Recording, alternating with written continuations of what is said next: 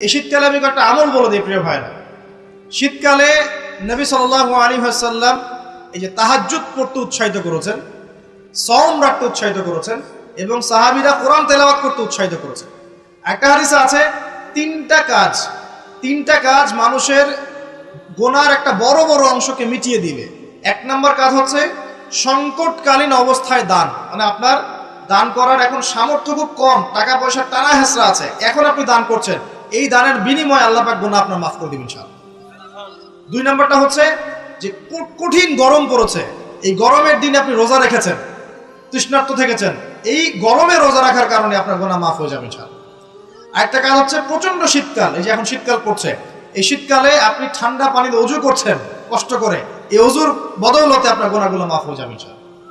এই তিনটা কাজ শীতকালে পাওয়া যাচ্ছে না? তিন নম্বর কাজটা শীতকালে পাওয়া যাচ্ছে না, যে শীতের সময় পূর্ণাঙ্গ রূপে ওযু করলে আপনার গুনাহগুলো মাফ হয়ে যাবে ইনশাআল্লাহ। তো শীতকালে মাশাআল্লাহ আমাদের ওয়াজ মাহফিলগুলো হবে, ওয়াজ মাহফিলগুলোতে অ্যাটেন্ড করবেন, ঈমান রিচার্জ করবেন, রাতের বেলা তাহাজ্জুদ পড়বেন ইনশাআল্লাহ, তাড়াতাড়ি ঘুমিয়ে যাবেন যাতে করে শেষ রাতে আপনি উঠতে পারেন, রাতটা লম্বা হবে, একটা অংশে কোরআন তেলাওয়াত করবেন, একটা অংশ দোয়া করবেন ইনশাআল্লাহ তাআলা। আল্লাহ পাক দুনিয়া আখিরাতের যত হাজত আপনার পূর্ণ করে দিবেন ইনশাআল্লাহ।